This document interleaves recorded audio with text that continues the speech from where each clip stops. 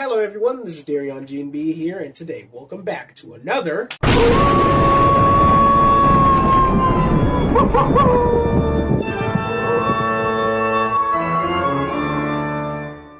where we're continuing the Nightmare franchise, starting off with A Nightmare on Elm Street Part 4, The Dream Master.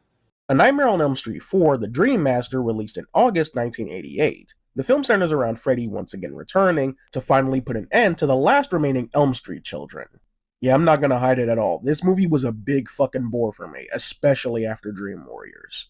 I already don't like the pattern the franchise kinda has going for it so far, where we start off with a good movie, then get a not so good one, then we get a great one, and then we go back to having a not so good one. If I end up liking the next movie, one of y'all watching owes me $1 or something. And I've heard for years that after Dream Warriors, the series takes a bit of a dip in quality, so I don't have much hope. The story for this film is almost non-existent. The first third of the story centers on the last three Elm Street kids, Joey, Kincaid, and Kristen, but unfortunately, the boys get taken out fast as fuck. I mean, it's not like they had dream powers they could have used to give themselves a bit of a fighting chance or anything, right? And after all that, who's left is Kristen and this other girl to take down Freddy. And just the way these events unfold and how the story is told just didn't really do anything to grab me. It sucks that two characters I was fond of just got reduced to nothing but cannon fodder in this one. And that's not even talking about Kristen, but I'll touch on that a bit later. I do respect them having the balls to kill off survivors of the previous films, especially as they were one the audience grew to care about. But the manner in which it's done just feels so tasteless, like it doesn't even matter, especially as the first two die off so damn quickly. The story also just doesn't add anything super interesting to the series in any way like the last film did. I know they tried to do some stuff with the Dream Master and have that little rhyme play a role in the narrative, but it's never given the amount of attention it needs before the climax, so it just kind of feels like it came out of nowhere. The script for this movie also feels sloppily put together, and I'm talking more sloppy than Nightmare 2's story. It again feels like things are just happening, with the writers trying desperately to give it some kind of connective tissue to form a story. And I feel like that's part of the reason why nothing in this movie really grabbed my attention. The tone for this movie also just leans heavily into the comedic angle, which in some aspects work for me, and in others don't. The entire feel for this movie just doesn't have that same level of atmosphere like the previous films, so as a result, it's just not really creepy or scary. The characters in this were a giant fucking bore for me. None of these guys hold a candle to the Dream Warriors cast, or even the cast of the original if I'm being honest. Joey and Kincaid were painfully underutilized. Kristen, I unfortunately wasn't a fan of this time around, but that has less to do with the writing and more with the performance. So by the time she died and the torch was passed on to what's-her-face, I just couldn't freaking care less. All the new guys we have are pretty one-dimensional and boring. Kristen's boyfriend, Rick, the kung fu guy, was boring as shit. His sister Alice, who kind of takes on the main character role after Kristen dies, I think was okay. She starts off pretty timid and shy, but slowly kind of evolves throughout the story, taking on the different characteristics of the past victims. Somehow, I don't remember if that shit was ever explained or not. It becomes pretty formidable and cool. Other than that, shit was just alright. I honestly had hoped the whole daydreaming bit would have come to be more interesting throughout the movie, but it's only ever used for one-off sequences and a really weird bit where her dead brother pops out of his casket to say some bullshit before going back in. Hello, baby. I have no idea what the fuck is going on in this movie sometimes. The nerdy girl existed, and the chick who worked out and was scared of bugs probably had my favorite sequence in the whole movie, but as a character, she had nothing really going for her. Now, Freddy, I'm a little mixed on. He's undoubtedly the best part of the movie, but I only think that's because the rest of the movie is so disinteresting to me. The other main characters are so one-note and boring. The story feels like it's barely keeping itself together, and the horror aspect just doesn't hit at all. So when I see Freddy pop up with his cheesy one-liners and wacky antics, I can't help but to find it fun. They turn up the more comedic angle with Fred this time around, which for this movie I think is alright. I much prefer a balance of the scary Freddy with the more kooky and campy stuff, like what we had in the last film. But for this movie in particular, with the rest of it being boring as hell, watching Freddy just have a frickin' ball, tormenting these kids in a bunch of different creative ways, all the gross and nastiness that comes with him was just really fun to behold. I will say, the one-liners this time around do fall under the more cheap and lazy side. How's this for a wet dream? No pain, no gain. You can check in, but that you can't check out. Welcome to Wonderland, Alice. But I still found them to be somewhat enjoyable compared to everything else. The performances all around were not the best. As you can already tell, the actress who played Kristen in the last film, Patricia Arquette, didn't reprise her role for this one. For some fucking reason. I looked it up and all it says is that she wasn't asked to come back, but nothing about why she wasn't. So if y'all got any more insight as to why, feel free to let me know. But Kristen this time around is played by Tuesday Knight, which is a really cool fucking name by the way. And unfortunately, I just don't think she managed to live up to what Patricia Arquette brought to the role. I don't even know how to describe it. She just doesn't feel like the same character. So my connection to her through the last movie just doesn't really carry over, if that makes any sense. So when she died, I kinda didn't care all that much. Not to mention, the way she died was so fucking lame. Everybody else was just a little bland for me. Lisa Wilcox was alright as Alice. Andrus Jones was okay as Rick. England was really fun as Freddy, as you can tell he's having a blast on set, which makes his scenes all the more enjoyable for me. Even the kills for this movie were a bit of a snooze fest. Now, some of them are certainly creative, like Fred vacuum sucking that one chick, and the one girl turning into the cockroach was, like I said, my favorite sequence of the whole film. But then you have the deaths of the 3 Dream Warriors, which was just kinda boring. That really freaking dumb one with Rick fighting an invisible Freddy, which just looked awful. But then you have Freddy's death with all the kids' souls coming out of him, and it looks sick as hell. I don't know, I guess it'd be more accurate to say the kills were more of a mixed bag this time around, but the actual effects themselves looked phenomenal. Easily the best one has to be Freddy's death. Again, that shit just looked sick. One other thing I wanted to bring up was the ending. It's fucking dog shit. The Dream Master rhyme that had been such a nothing factor for a majority of the story, Deus Ex Machina'd its way here, where the key to defeating the evil Freddy Krueger was for him to look in a mirror. I wish I was fucking lying. Evil will see itself. And it shall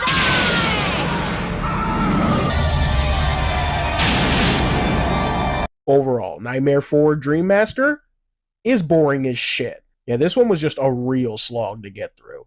The story is unbearably bland, the tone dips a bit too much into the silly and comedic angle at times, the characters and performances are bland as hell, they really underutilize the previous protagonists, and the new ones we have here just don't match up at all. Freddy was fun, but that's mainly because there's nothing else interesting going on throughout the movie. If this was the kind of Freddy writing we would have gotten in the last movie, I probably wouldn't like it as much. But because it's a part of this movie, I thought it was pretty entertaining.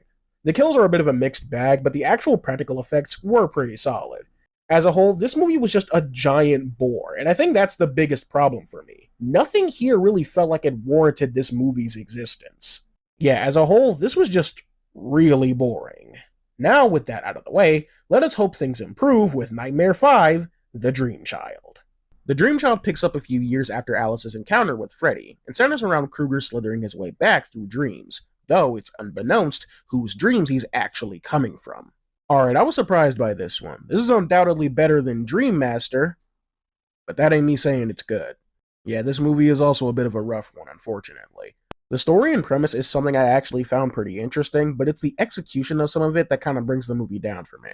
This movie has a lot of really interesting things going on with its story, tying old pieces of lore back in here, new and unique stuff with the dream powers and all, but the movie really feels at odds with itself, to where it can't fully realize those concepts and ideas, or at least in a way that feels satisfying and not super ridiculous.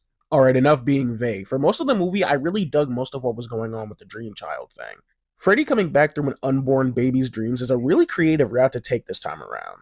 And it was really fun to kind of have that mystery unfold throughout the story. And it's just a really neat tool in Freddy's arsenal, because it removes the element of you yourself having to try and stay awake to avoid him. Now he's coming through someone who's basically asleep 24/7.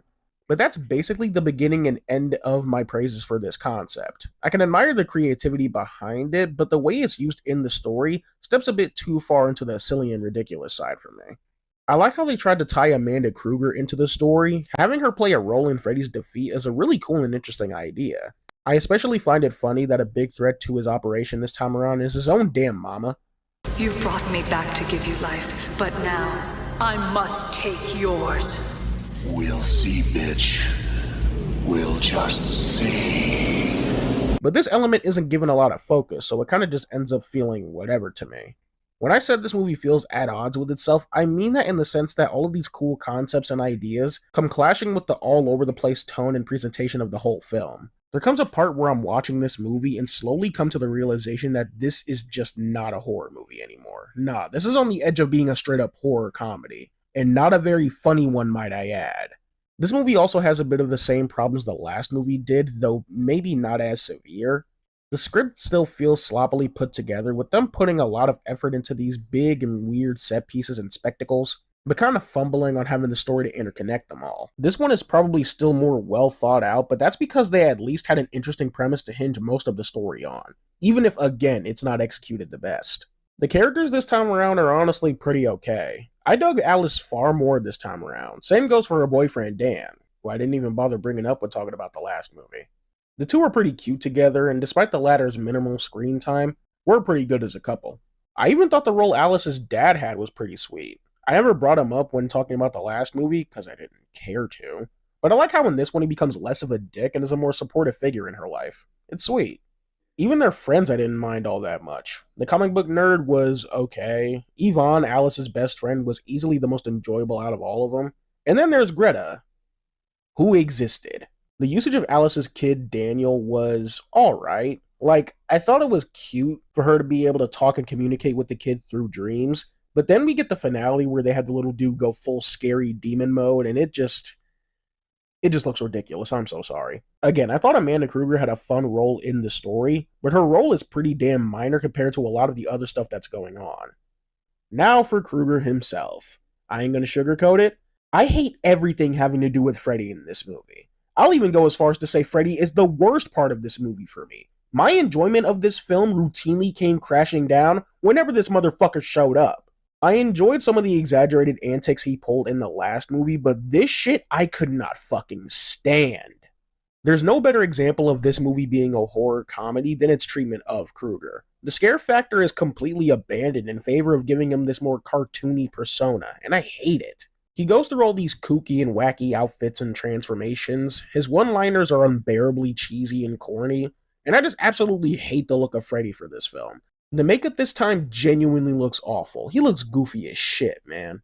They use Freddy for all these goofy as hell set pieces and action scenes, whether it be him as a chef, him as a skater, for some fucking reason, him as a comic book character, and it just sucks, man.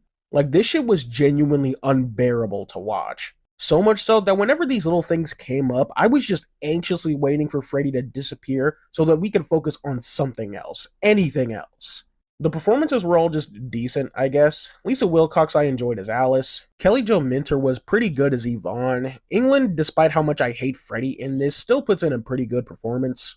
Everybody else was just kinda okay. Not to shit on the kid who played Daniel, but he just wasn't that good. Not gonna hold it against him too much, but yeah. The dude that played Mark was, again, just kinda okay. I also love how this is the first time any character since Dream Warriors has used anything resembling a dream power.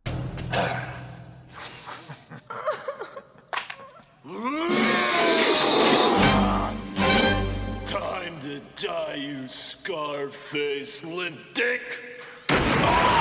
Nobody else in this movie besides the first three I mentioned put in that memorable of a performance. Another disappointment packed into this movie are the kills. Now, this movie I think has the least amount of kills than the previous film entries, so there's kind of a lot riding on these kills being pretty good if there are so few of them, and unfortunately it's a bit of a mixed bag. I don't think kills in horror movies always have to be super bloody and gory to be good. That certainly helps, but I don't think it's required 100% of the time. I say that because these kills, while creative in some aspects, feel super watered down, and don't really compare to some of the stuff that came before. The first one being Dan's death was undoubtedly the best moment of the film. Having him ride this motorcycle and having Freddy twist and change and transform his body into this kick-ass biker demon is really cool. Although his actual death is just getting wrecked in a car crash, this effect for the dream shit was just really cool. The next one being Greta's death sucked balls. It's just Freddy stuffing her face, with pretty decent looking practical effects, but it's just kind of gross to look at. And I understand that that's the point, but there's just something about it that kind of puts me off. I can't really explain it. The final one being Mark is creative, I'll give it that. All the 2D animated sequences I do find to be pretty neat and interesting, but the second Mark turns into his comic book character and he and Freddy have a duel, I just mentally tuned out. I kind of just stopped giving a shit about anything that was going on. The actual kill with him going in 2D and Freddy slicing him up is, again, creative, but not really something I come to a Nightmare on Elm Street film for, you know? Overall, Nightmare 5, The Dream Child is not very good, but there is some stuff I did enjoy. I thought the characters and acting were fairly decent. The idea behind Freddy using an unborn baby as a means to come back is very creative, and I really did like them bringing Amanda Kruger back into the mix, but none of that stuff really gets to be a core focus with them, instead having a bunch of weird and trippy visuals and sequences try to take center stage. While I enjoy all the Dream Kid and Freddy's mom stuff, I can only enjoy them on a surface level for being cool and creative, because the way the story chooses to utilize these elements leaves a lot to be desired for me. The tone this movie chooses to take just isn't a direction I think the Nightmare franchise should have gone anywhere near, with a lot of the zany and wacky antics the characters get into just not being very entertaining. And while I can admire some of the creative direction behind some of these sequences and kills and stuff, they often cross the line of feeling really out of place in a Nightmare film. Yes, I did enjoy this one more than Dream Master, but that's not because it's a good movie. It's because Dream Master didn't have dick all going for it. Yeah, this movie I didn't really like at all, but I didn't hate it. I think the only reason I'm not calling it abysmal dog shit is because Dream Master was just that fucking boring to me. Now onto Freddy's Dead, The Final Nightmare. Freddy's Dead, The Final Nightmare, released in September of 1991, and revolves around Freddy coming back, somehow, after killing all the kids and teens in Springwood. He returns to finish off the last of the Elm Street kids. Yeah, just ignore those guys from before. This is the last Elm Street kid, apparently. And he intends to use them as a means to rejoin his long-lost daughter, I guess, so he can spread his horror to the rest of the world. As was the case for the last film, this one is slightly better than the one preceding it, but it still kind of sucks, unfortunately. The story and tone for this movie is something I really couldn't get into. We're long past this franchise being about horror and scares, and instead just being about whatever lame, gimmicky shit they can slap Freddy onto next. This movie is complete and utter camp, and if you've seen some of my other videos, you'd know I don't dislike campiness in horror. Some of the Friday movies had camp in spades, but in a few of those, the horror and scare element was better balanced out. But in this, they didn't give a flying fuck. I did like the new angle they tried to add as far as lore goes, even if some of it feels kinda tacked on. I like the idea of dream demons coming to Freddy before he died, as like a way of explaining why he is what he is. But at the same time, not only is it presented and executed very strangely, I also didn't mind when it was kind of vague as to why Fred became this weird-ass dream spirit. It gave a sense of an alluring mystery that I didn't think needed a definitive answer. And as far as this whole daughter thing goes, at this point I just kinda don't care anymore. It's clear that the writers are just going and doing anything to try and spice things up some more. They revealed the reason behind Freddy going and killing those kids before he died, not just because he's a psycho freak, but rather, it was after he lost custody of his child. For being a fucking psycho. That drove him to kill all those kids. And this feels like such a whatever inclusion, if I'm being honest. Like, this doesn't shake up the lore in any interesting way, so it just feels a bit pointless. And actually, while I'm recording this, I just realized this plotline doesn't make any sense. Because there's a whole scene that showcases that Freddy had already been killing kids before he lost custody of his daughter. So them trying to spin it as a motivation as to why he started killing the kids doesn't make any goddamn sense. This movie, despite ignoring a lot of what the last couple movies had done with established characters and lore and stuff, it's for some reason obsessed with reusing material. Our main cast operate around a mental hospital, just like in Dream Warriors. The last remaining kid from Elm Street is a focal point of the plot, just like Dream Master, and it really just feels like we've been there and done that. The climax itself literally has the characters plot to do the exact same thing Nancy did in the original, which was to pull Freddy out of the dream world. But the problem is, they kind of pass it off like it's some new thing that's never been attempted. And it's just like, come on, could the writers have at least tried to be a little more original? The way Springwood is utilized in this story, I'm also not a big fan of. I like the idea of having a town slowly gone mad due to parents all around losing their kids, but it's all played up as a giant, exaggerated, and unfunny joke, which is once again a problem I'll go further into later. Another distracting element of this story for me is how they use the dream world. I don't know why, but for some reason, whenever people fall asleep in this movie, their physical being is actually transported to the dream world, when that's not how it fucking works.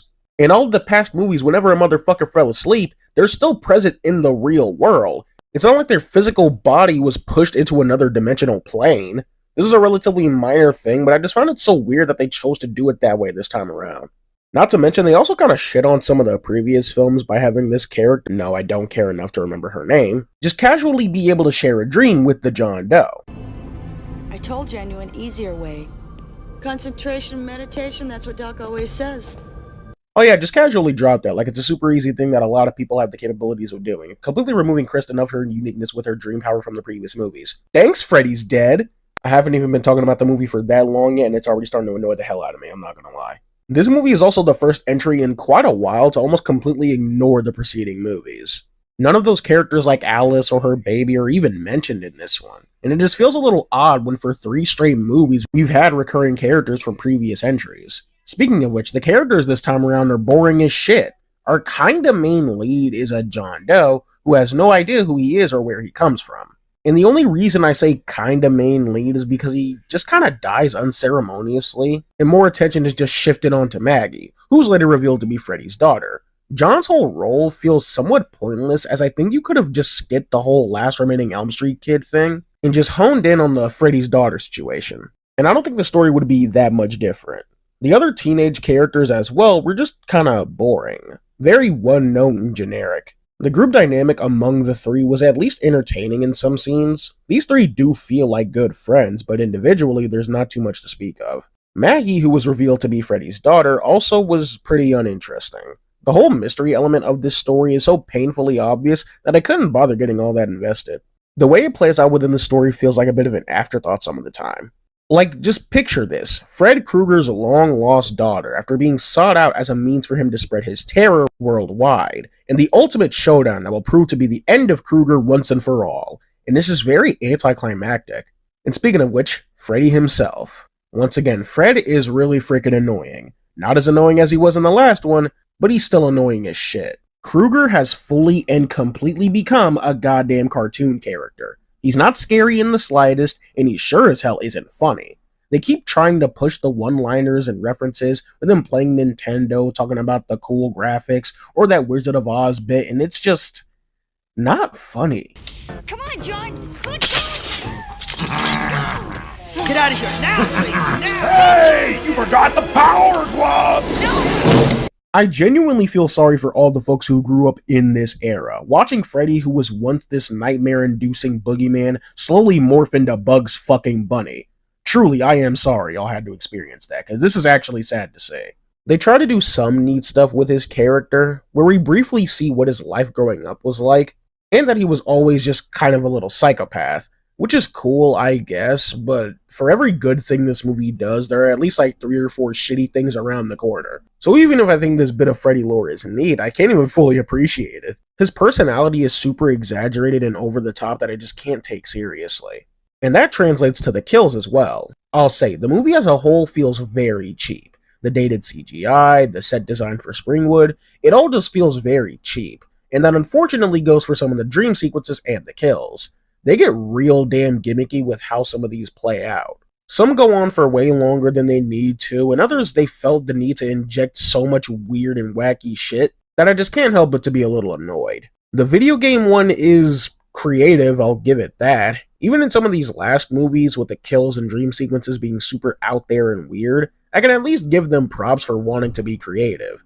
Also unrelated, but weed doesn't make you hallucinate. I don't know why the fuck the writers of this movie thought it did, because unless this little motherfucker's shit is laced with something else, there's no reason he should be seeing all this shit.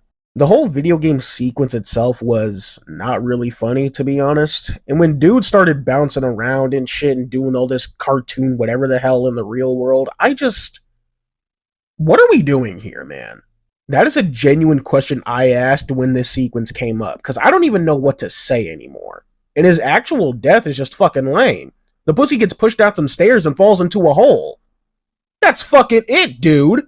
The sequence with the deaf kid I think was fun, until it wasn't. Like, there's so much about this sequence and kill that I like. Watching that Q-tip go through his head was gnarly as fuck, and the bit with him having super hearing through the demonic hearing aid was pretty neat. But the sequence as a whole goes on for a bit longer than it needs to, and Freddy's behavior really doesn't help with that. His head exploding was a decent effect, I'd say, but then Freddy decided to open his mouth and I got a little annoyed. Nice hearing from you, Carlos. John Doe's death is ripped straight out of a Looney Tunes bit, and I don't even need to say why that annoys me. The actual effect for his death also doesn't look that good in my opinion. And his dream sequence in general goes on for a bit too long as well, with him constantly jumping out of his window to find himself back in his room and just kind of repeating that for a couple more times. But this bit did kind of make me laugh. Nothing is gonna make me get off this bed. Damn it! Until he finally lands on a mat of spikes. Yeah, these kills are pretty lame. I'm just going to talk about the ending now, because fuck it, I guess. The climax, like I said, takes us through Freddy's life, and we actually see what happened mere moments before he died. And it's the skullfish, whatever the fuck dream demons making a deal with him. I absolutely hate these things, man. I know it was the 90s, but holy fuck, these things look awful. And the voice acting is super phoned in and corny. We know what you want. I want it all! Of course you do. Then open up. And you shall be forever! Apparently the entire final act was filmed and meant to be released in 3D. For some fucking reason. Like, at least Friday the 13th wore the 3D gimmick on its sleeves, but these motherfuckers just wanted to jump on it when there's like, what, 15 minutes of the movie left? And once you know that info, it's not hard to miss when they want to shove random shit into the camera every 2 minutes. And Freddy's actual death is pretty lackluster. For what was meant to be the last death for Freddy, I can respect the attempt to do something more out there, but in its execution, it just feels super odd and lame. Hurry! Let's get out of here! Come on! Kids. Overall, Freddy's Dead: The Final Nightmare sucks ass. Big friggin' shock. The movie goes full-on wacky cartoon with its tone and kills, which you guys should know by now I'm not really a fan of. All the characters are lame and boring. They didn't deliver on stuff that could have been interesting, like Freddy having a kid, the abandoned Springwood adults going crazy, the dream demons, etc. But so much of it falls so flat and is executed very poorly to where it just feels like a big waste. As a film that was meant to be the big final crescendo of the franchise, and even though there are more movies, it still kinda is. For this era of the series, at least with the original series in continuity, it completely ignores and disregards most, if not all, of what came before, and just didn't really land as a satisfying conclusion to this era of Krueger. Yeah, Freddy's Dead really freaking sucks. So, with all that said, if you agree or disagree with anything I've said in this video, let me know right down there in the comments below. Also be sure to like and subscribe. This has been Darion GNB, and take care.